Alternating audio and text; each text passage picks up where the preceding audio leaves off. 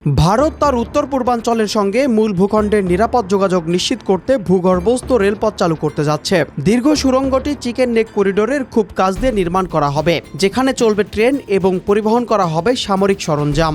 নতুন এই রেলপথ দেশের কৌশলগত নিরাপত্তার জন্য অত্যন্ত গুরুত্বপূর্ণ, কারণ ভারতের সেনাবাহিনী ও সামরিক সরঞ্জাম যে কোনো আক্রমণ বা প্রাকৃতিক দুর্যোগের সময়ও এই রেলপথ ব্যবহার করে নিরাপদে যাতায়াত করতে পারবে।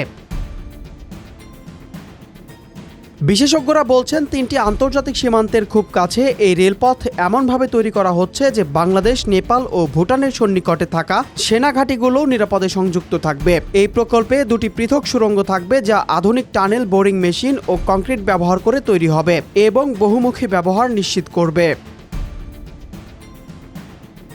একই সময়ে আসামে ব্রহ্মপুত্র নদীর নিচ দিয়ে নির্মাণ করা হবে দুইটি সমান্তরাল সুড়ঙ্গ, যার একটিতে ট্রেন ও অন্যটিতে গাড়ি চলাচল করবে। বর্তমানে নুমালীগড় থেকে গহপুরের মধ্যে যাতায়াত করতে প্রায় 6 ঘন্টা সময় লাগে। সুড়ঙ্গ নির্মাণের পর সময় কমে যাবে।